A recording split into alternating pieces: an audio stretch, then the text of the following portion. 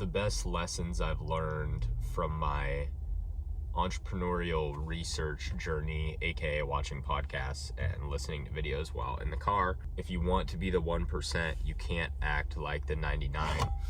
And it's really hard, I feel like I've had a struggle with that to some degree my whole life. And, that's why I hold a lot of these people in high regard and just based on the impact they've had on my life. Obviously, I don't know them. I don't just listen to everything they say, but a lot of the entrepreneurs I've listened to have said things and been able to frame things in a way that resonated with me, and they were able to say things that I had always thought but couldn't articulate, and one of which being just kind of that feeling of feeling like you're not normal, and people calling you extreme, and people saying chill out and enjoy life, all those things. And that's fine for them, that's totally cool, but it took me a long time to realize that was okay. And that's why I really appreciate a lot of these people like Hormozi, because it is okay, and it's okay for everyone else to want to do their stuff. But for some reason, I never felt like it was okay for me to want to work all weekend instead of go to the beach. I have a vision for my life that I want more than I want to go to the beach. And I also really just enjoy working. Like, the feeling of progressing is unmatched to me, and it's kind of a funny concept that I've told my friends that we kind of joke about, but everything I do has to be productive in some way, and that could be just bonding with your friends. If I'm hanging out with my friends, I still see that as productive because I am bonding with my friends. But that's also why I'm very choosy about who I hang out with, because there's a lot of people I don't care to bond with, and maybe not everyone will be in my life forever, but the friends I have around me make me better and improve my life. So those are relationships worth watering, in my opinion. Same with my girlfriend. I always tell her, and she makes fun of me all the time, but it's like, I want to make sure these things have an ROI. Like, I used to never clean because I was like, there's no ROI, you just have to do it again. Which I should probably just figure that one out, because that one's rough, and I'm sure you can imagine how much my girlfriend loves that one. But am I lying? But things like that. And obviously I try to clean here and there. Okay, I'm not like the worst about that, but that's one of the few things I give minimal effort to. But when it comes to something like a date night, it's strengthening that bond with your partner, and that's somebody that you're going to have forever. So it's important to do that. That's an investment.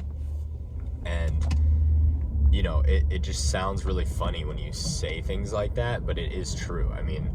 To a certain degree, we're all kind of doing that, and some people just like having fun. But even that, if I'm taking a day to just hang out, which is rare that I take a whole day, but if, for example, if I take an entire day to go, do nothing, or if I want to go see a movie or whatever, that's a positive ROI thing, because I'm recharging.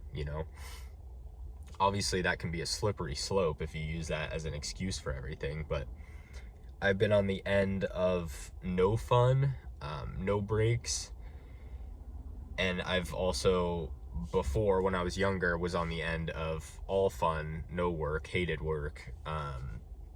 And so I think for me, I tend to need to go to both extremes until I can find the middle. And I'm not really a fan of balance, at least balance in the day-to-day, but I do believe in balance over the course of your life.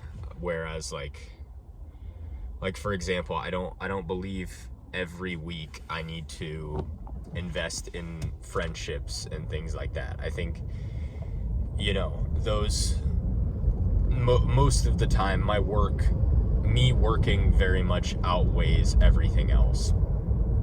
And I don't consider balance as everything being even, so maybe that's just defined wrong, but the way I see balance is things like showing up when it's important, and still just not ghosting everyone, still doing things, but keeping them shorter, keeping them optimized.